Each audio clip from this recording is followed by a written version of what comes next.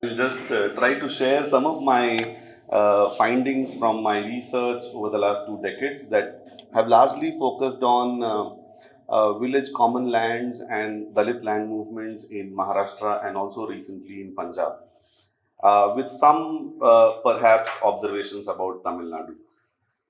Uh, So before we actually get into the question of commons, I thought it will be important here to maybe specify what is the land question generally or the land problem in India.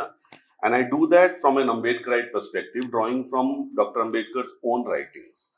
Uh, uh, so let me identify four aspects of the land problem in India, which I think is contained in Dr. Ambedkar's writing, but sometimes it takes some effort to put it together. So the first one is that there is a very historical and a very long drawn connection between land holding and caste status in India. I mean, this is well known, but I think this needs some re-emphasizing here. And in the sense that it's not only that mostly landless people come from certain caste groups. That's one of the interpretations of what we mean by saying there is a historic connection between land and caste. There is also another interpretation which I think is more important, which is that the barrier to landholding in the Indian society is not purely economic. Unlike other societies and other nations in the world, the barrier to landholding in our society is social. And that's a very important point to be noted. Sorry, I will not have time to go into all these points in detail, so I'll just identify and move on. So, I mean, we can have some discussion later over lunch. Second is that there is also a connection between landholding and dominance of certain major castes in certain regions of India. This is a very important point because, as we know, Indian society is recognized as a society full of castes, but there are certain castes that have numerical advantage. There are certain castes who are also higher up in the hierarchy, and they recently, after independence, have also got a lot of political power in their respective regions. I do not want to name those castes, but I think it's well known what I'm talking about. So, what happens really is that because certain castes have such numerical advantage and they have such high proportion of land held in a certain region, it also becomes that region becomes their own territory, both in the political sense and also in the sense of simply an agrarian territory. So landholding has a very important connection to political power here. Thirdly, if we come to the Dalit land question part of the larger land question in India, I think Dr. Ambedkar makes it very clear that land is also an aspect of freedom. Dr. Ambedkar talks about the village, typically the Indian village, as constituted by two parts. One part is what he calls the touchable part, and the other part that he calls the untouchable parts. It's very interesting that Dr. Ambedkar uses the term touchable, farmers, village society interchangeably. So I think it's clear that he thinks that the touchable part is also the farming part and also constitutes the village in the classical sense. And not only this, he also points out that basically the touchable part and the untouchable part are together in a relationship of economic dependence. So the untouchable part is economically dependent on the touchable part. The non-farming part is economically dependent on the farming part. And the people who are not typically part of the village society are economically dependent on the village society. And according to Dr. Ambedkar, this happens mostly, almost entirely, because land is completely monopolized by the touchable part and the village society part. Which means that if you really envision a society where everyone has basic freedom of social, political, economic kind, we need to break this economic dependence, which can only happen if everyone gets some land. Yeah, and that's the second part, which is also very important of the Dalit land question, as we can gather from Dr. Ambedkar's own writing, is the question of dignity. So it's not only freedom, but also dignity that, in a way, underlies the land question. Let me take the example from Maharashtra. Uh, some of us would know here that in Maharashtra there was uh, uh, a land system called Maharvatan, where a Dalit caste called Mahars were given land in return for their services to the entire village. Now, it's also, I think, slightly well known that one of the earliest legislative interventions made by Dr. Ambedkar in 1928 was his proposal in the Bombay Assembly to abolish the Maharvatan land. Now, this is curious because you may think, why would Dr. Ambedkar request his own followers to surrender whatever little land they have? They are coming from the very margins of society, they are economically also very poor. But here, Dr. Ambedkar is actually demanding that the followers surrender their land. And that is because a land that comes at the cost of your dignity is not worth having. I mean, so that is why this kind of a land holding may not give you the kind of economic freedom and dignity that Ambedkar is envisaging. So, this is basically the 4 points that I wanted to highlight before I move on to the commons. I'm just summarizing it again. Number one, there is a historic connection between landholding and caste status. Number two, there is also a very, very deep connection between landholding and political power, especially in the post-independence democratic context. And number three, specifically, the Dalit land question can be thought of in two parts. One is the question of economic independence for the entire population of Dalits, and the second question of dignity. Now, before I move forward, the thing is that, this is important because generally when we speak about caste in the Indian social science domain, caste is often thought of as some kind of a cultural, social, ideological factor, not really an economic factor. And here I think we can agree with this brief explanation of the land question from an Ambedkarite point of view, that caste is also a very, very central economic factor. So if you want, a durable economic development in this country, you will have to address the caste question also. Specifically on the land question, I think, if I may dare say, there is no land question in India which is also not simultaneously a caste question. So, I mean, land question is the caste question in this articulation. This also brings us to the other problem which typically our Indian scholars and also people who have thought about progressive social change in India have often faced. In other countries, what has happened is, when you fought feudalism, you basically fought the landlords. And that was the end of the struggle against feudalism. In the case of India, because there is also the caste system which aligns with the feudal system, late Professor Gail Omvik and Bharat Patankar, they have this very interesting idea of caste feudalism. And they say the implication of the caste feudal system in India is twofold. Number one is that we have basically a class of people who are specially oppressed. I mean, there is a lot of oppression under feudal systems, but there are at least two classes that they identify we are specially oppressed. Number one are the women, and number two are the Dalits.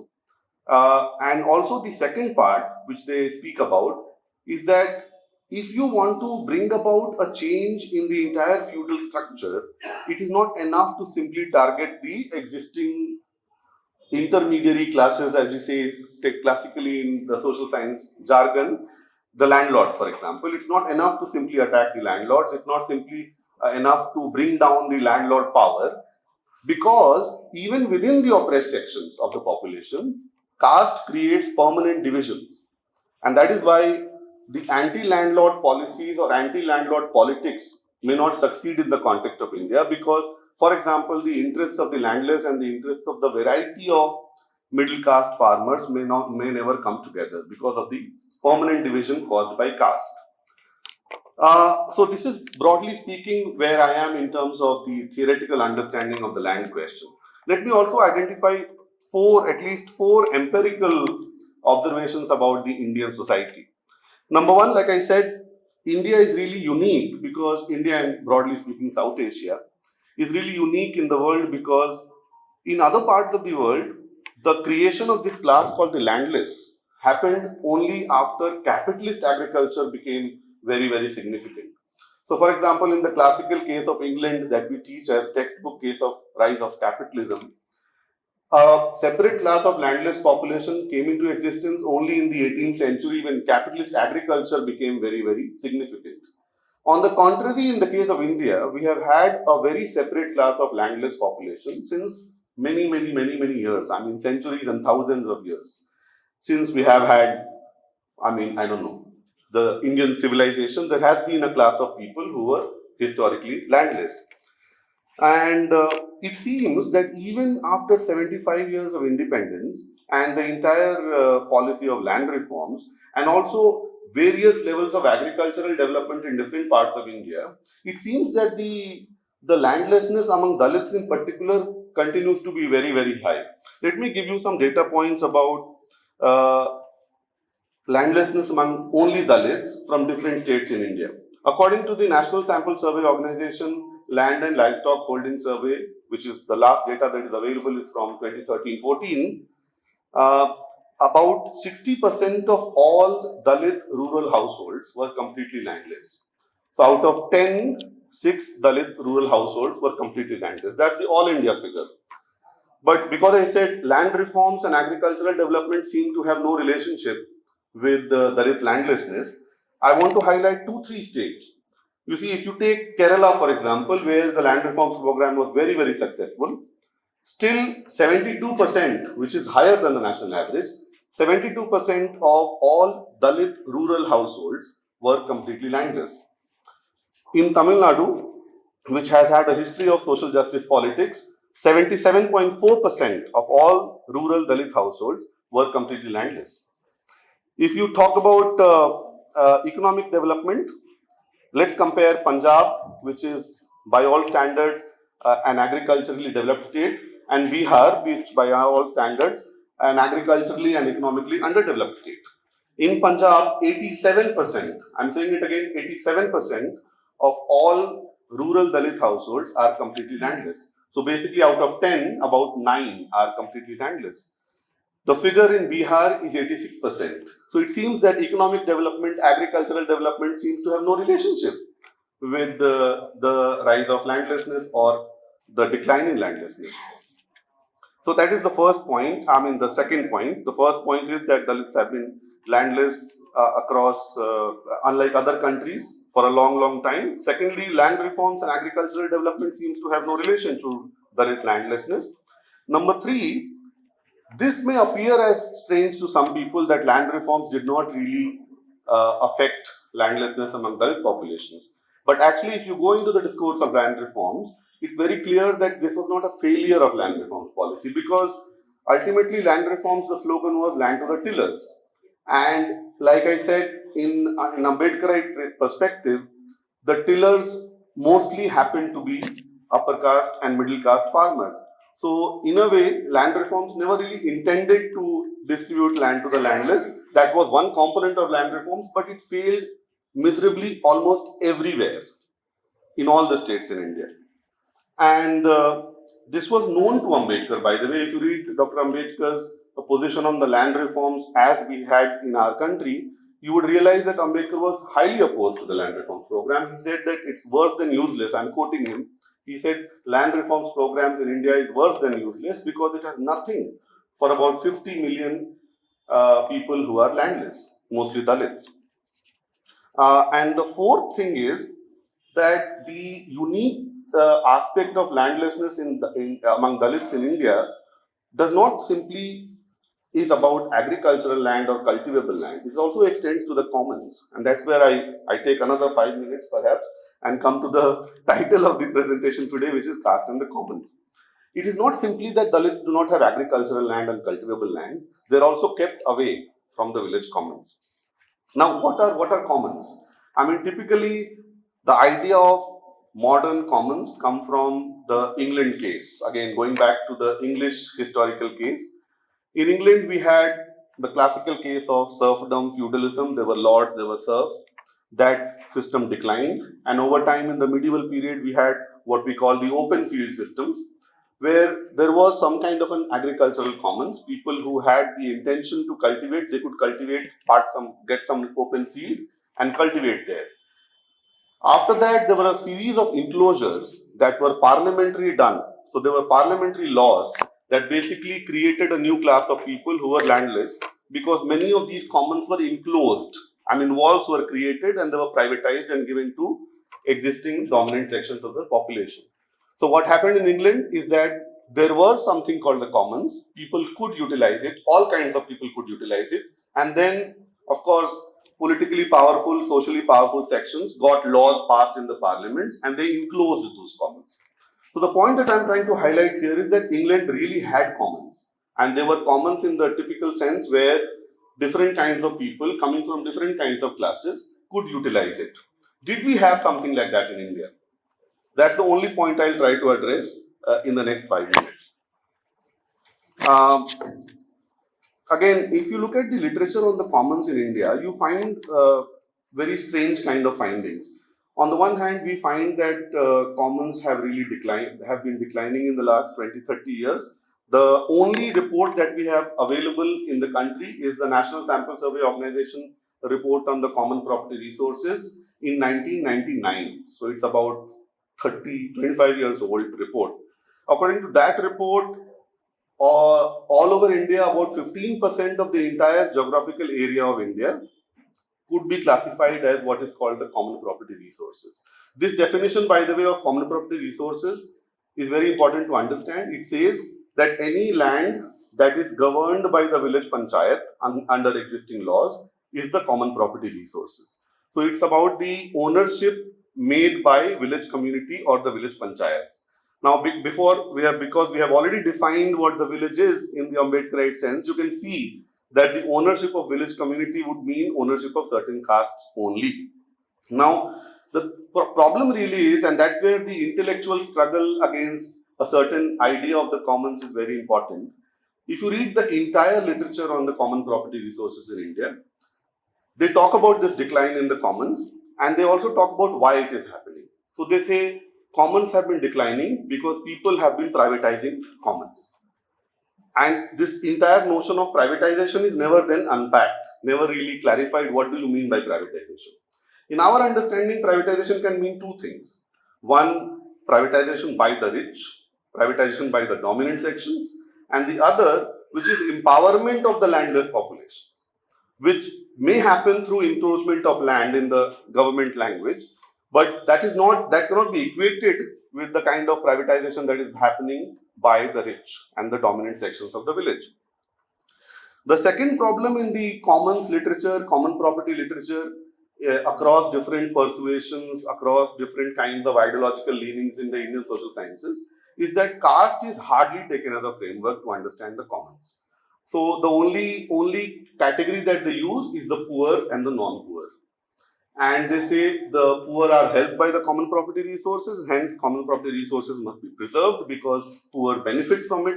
But they never really question how the commons has a connection with the notion of village community and who is part of the village community, who is not part of the village community. And that's where caste can make sense of this entire idea. And in Tamil Nadu, for example, I can just give one or two examples from Tamil Nadu and Punjab and Maharashtra just to highlight this point that village community, which supposedly is the owner of the commons, is not an internally completely homogeneous thing, right? In Tamil Nadu, there are many scholars like David Moss and a very important Japanese historian, Yanagisawa, who has written a lot about Tamil colonial history. And he talks about how not only land, but also during the colonial period, water tanks, which were a very important irrigation resource in Tamil Nadu, were basically presumed to be owned by the Mirasdars only. And it was almost like a government policy that such kind of land or common resources like water and tanks, irrigation tanks, will be utilized only by people who are landed and Mirasdars and not the non-Mirasdars. Similarly, in Punjab, village society, which is also called as the Malikan Day, which is basically a community of the landed individuals, have the ownership of the commons. Similarly, in Maharashtra, it is the village community which is constituted by landed sections are the supposed owners of the village commons. So this is across India. This is something that is surprising. Now the thing is, by the late 19th century, even before independence, most of these village commons were already appropriated, already privatized, already captured by the dominant sections of the society. So by the time independence happened, because the dominant sections were anyways presumed to be owners of the village commons, they had already privatized it. So by the time independence happened, any commons policy even if they decided to give a part of that commons as private land to landless populations, that policy was by very definition a failure at the very time of independence. Finally, I think I just end with one or two points.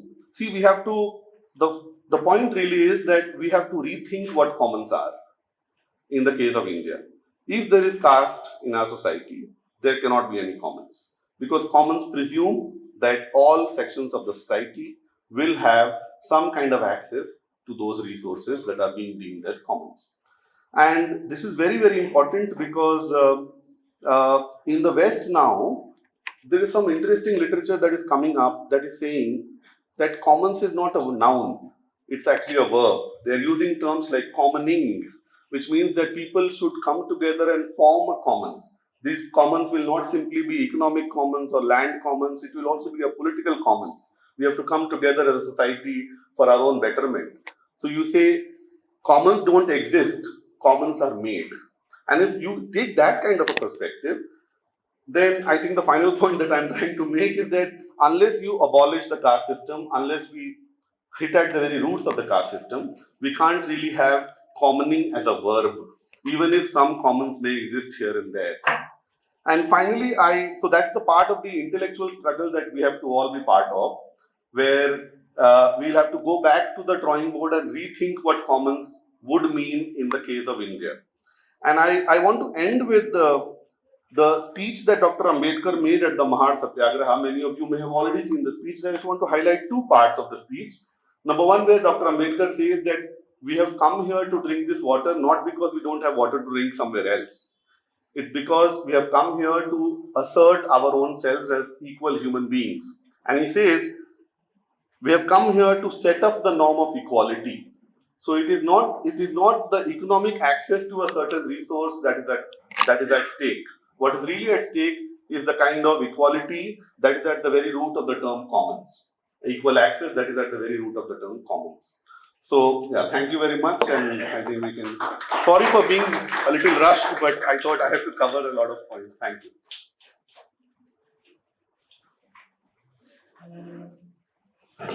Thank you, Professor Kumar. I think it's a very detailed note on how the land and caste interlinked, and also Babasaheb Ambedkar's perspective on land. I think Babasaheb Ambedkar's in two cases. One is a small holding and the land and agriculture essay, and another one is a state and minority, where Babasaheb Ambedkar said land should be owned by the community, not the individual, and all the natural resources should be nationalized and equally distributed. But some of his suggestions and recommendations, Babasaheb was not implemented yet, and therefore the creating or making the common is essential. And also we as a civil, because whenever I use civil society in quote, civil in quote, because we are yet to be civilized enough, because we are on the process of civilizing ourselves. Therefore the emerging common is essential, and we need to make a common in terms of land and the development. And one of the reference he made, David Mose's recent study on Tamil Nadu, and he published in the Modern Asian Survey, Cost and Modernity and the Market, where he is emphatically, clearly providing the empirical data on land holding of Tamil Nadu and how the economy being invisualized, because this is a word he makes it. All the politics in Tamil Nadu, and particularly Dalit politics in the entire country, the economy aspect is invisualized. Therefore, the land is very essential, and the economic perspective is very important in terms of taking the emancipation and the Dalit empowerment. Thank you so much, Professor. Now I invite R.G. Sai Prasad to present the land right and reform from the Dalit and Adivasi perspective, Karnataka experience. Sai Prasad.